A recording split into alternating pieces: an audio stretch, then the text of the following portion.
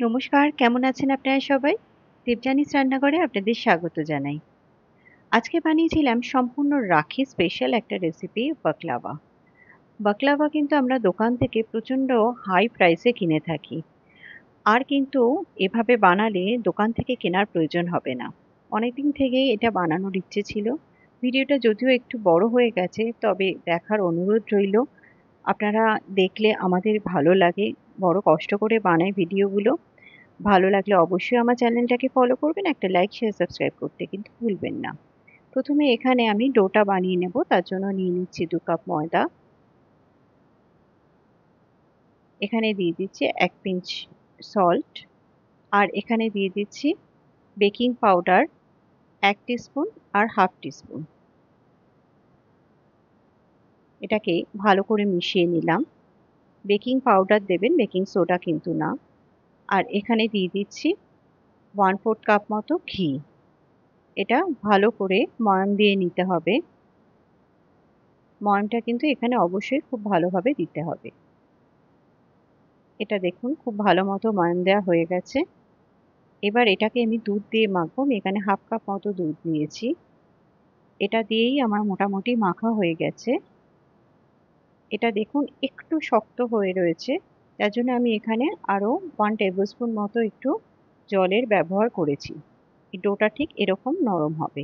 এটাকে ২০ মিনিটের জন্য একটু রেস্টে রাখবো। এবার এখানে আমি নিয়ে নিচ্ছি হাফ কাপ ময়দা আর হাফ কাপ কর্নফ্লাওয়ার। এটা আমার শিটটা বানানোর সময় লাগবে। এখানে দেখুন এটা ২০ মিনিট মতো রেস্ট হয়ে গেছে। এটাকে আরেকবার ভালো করে একটু এভাবে ঠেসে নেব।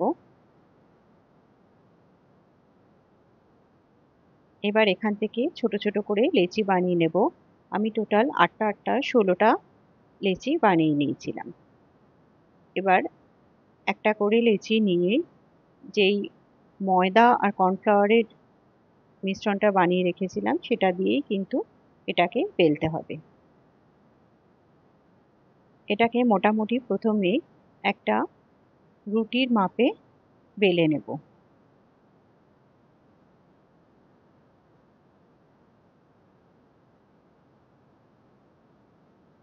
এটা দেখুন ঠিক এরকমই হবে।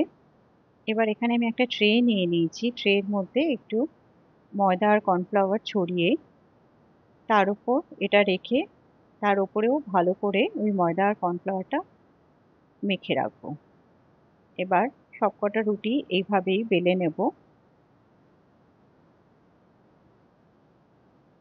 এটা বানাতে একটু কষ্ট হয় ঠিকই, কিন্তু নিজে বানানোর আনন্দটাই হয়তো আলাদা। এখানে এই একইভাবে একটা করে একটার উপর একটা রাখবো আর এভাবে কর্নফ্লাওয়ার মাখিয়ে রাখবো।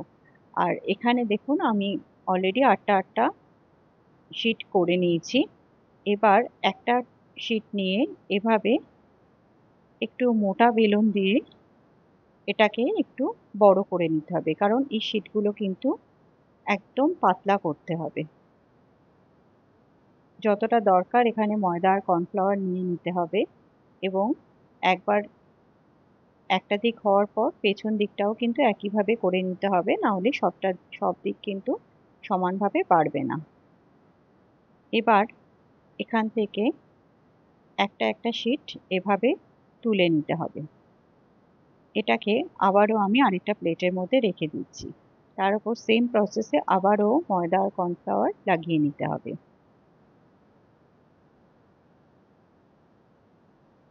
দেখুন শিটগুলো কিন্তু অনেকটাই পাতলা হয়ে গেছে, কিন্তু এটা কিন্তু আরো পাতলা করতে হবে। এখানে ময়দা আর কর্নফ্লাওয়ারটা যদি লাগিয়ে রাখা হয় তাহলে শিটগুলো সুন্দর মতো উঠে আসে, একটুও প্রবলেম হয় না। সেই জন্য যতটা বেশি সম্ভব এটা লাগিয়ে নেবেন।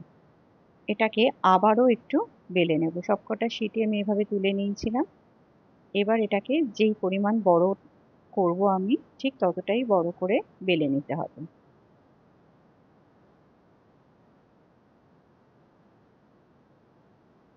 উল্টো দিকটাও দেখুন একইভাবে বেলে নিচ্ছি। এটা একদম রেডি হয়ে গেছে।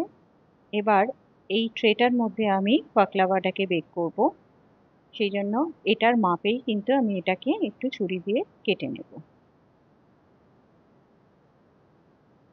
এটা দেখুন একদম সুন্দর মতো সাইজ হয়ে গেছে। আমি একটা তুলে দেখাচ্ছি এটা কতটা পাতলা হয়েছে, দেখেই বুঝতে পারছেন। ঠিক এরকমই কিন্তু শীটগুলো পাতলা করতে হবে। এখানে আমি নিয়ে নিয়েছি কিছু ড্রাই ফ্রুটস। এখানে আমি নিয়েছি অ্যালমন্ড, কাজু, পেস্তা, আখরোট সবকিছুই নিয়েছি। আপনারা আপনাদের পছন্দ মতো নিতে পারেন। বাকলাভা মানেই তো প্রচুর ড্রাই ফ্রুটস। আর এর মধ্যে আমি দিয়ে দিলাম একটু গুঁড়ো চিনি। এটাকে ভালো করে মিশিয়ে নিয়ে এর মধ্যে দিয়ে দিচ্ছি একটু এলাচ গুঁড়ো। এটাকেও ভালো করে মিশিয়ে সাইডে সরিয়ে রাখবো। এবার এই বাকলাভা বানাবো যে ট্রেটায়, সেটার মধ্যে ভালো করে আমি ঘি ব্রাশ করে দিচ্ছি।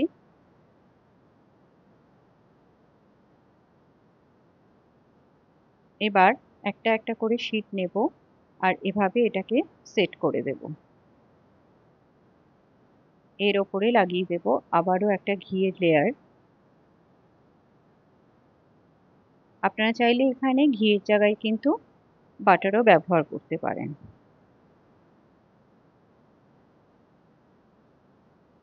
আরেকটা লেয়ার এভাবে আমি দিয়ে দিলাম।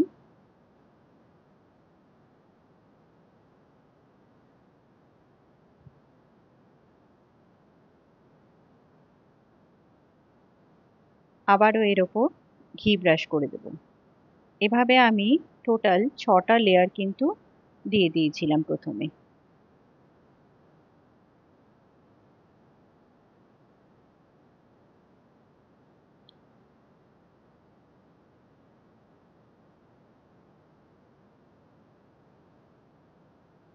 এখানে মোটামুটি 3টে লেয়ার দেওয়ার পর যেই পিসগুলোকে আমি কেটে রেখেছিলাম সেই পিসগুলোকেও এর মধ্যে একইভাবে দিয়ে দিচ্ছি মিডিলে, কারণ এগুলো না হলে নষ্ট হবে।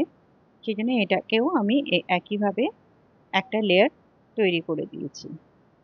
এবার দিয়ে দিচ্ছি এর মধ্যে ড্রাই ফ্রুটস।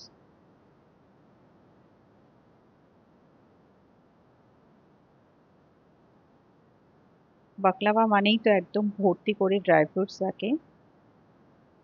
এবার এর ওপরে আবারও সেম প্রসেসে লেয়ার্স গুলো দিয়ে দেব। সেম ভাবে এর ওপরেও আবার ঘি দিয়ে দেব। এভাবে এভাবে আমি আরো 6টা লেয়ার এখানে দিয়ে দিয়েছি। তারপর আবার দিয়ে দিচ্ছি এখানে ড্রাই ফ্রুটস।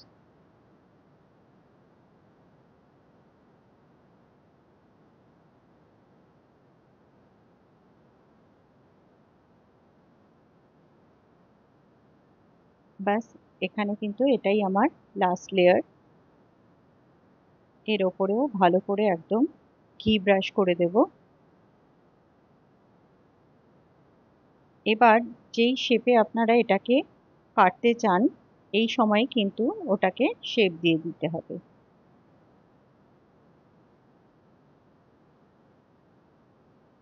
একদম তলা অবধি ভালো করে এটাকে কেটে নিতে হবে।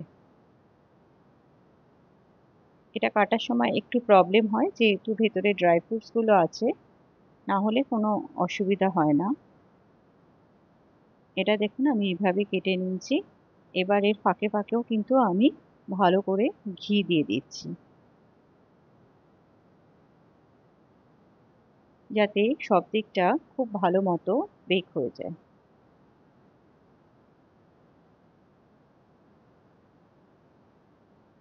এখানে ওভেনটা আমি 170 ডিগ্রিতে প্রিহিট করে নিয়েছিলাম।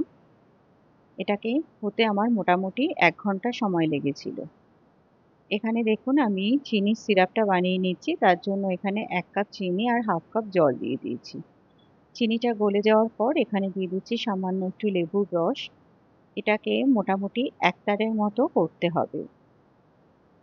এটাকে একটু চেক করে নেব। এটা কিন্তু এখনো 1 তার হয়নি। এটাকে আরেকটুখানিও ফুটিয়ে নেব। এবার দেখুন এটা কিন্তু মোটামুটি 1 তার হয়ে গেছে। এবার গ্যাস অফ করে এটাকে একটু ঠান্ডা করে নেব। এখানে বাকলাভা কিন্তু একদম রেডি আমার। মোটামুটি ঘন্টাখানেক কিন্তু এটা লেগেছিল। এটাকে একটু হালকা করে ঠান্ডা করে নেব আগে। এটা ঠান্ডা হওয়ার পর চিনির সিরাপটাও দেখুন উষ্ণ গরম থাকবে, ওই সময় কিন্তু এটা বাকলাভার ওপর দিয়ে দিতে হবে।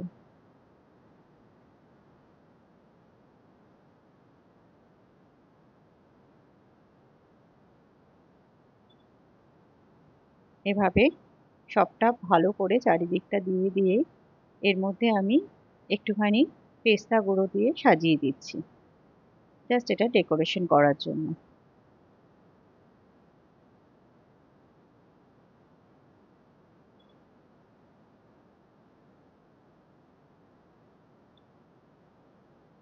ব্যাস রেডি হয়ে গেল। আমার মনে হয় যে কোনো অকেশানে এরকম যদি খাবার কিংবা মিষ্টি বানানো হয়, সবাই কিন্তু খুব ভালোবেসে খাবে এবং আপনার প্রশংসা কিন্তু অবশ্যই করবে। আমি জাস্ট একটা পিস আপনাদেরকে একটুখানি তুলে দেখালাম, কারণ এটা এখনো কিন্তু প্রচন্ড গরম আছে, আর এত তাড়াতাড়ি এটাকে তোলাও যায় না।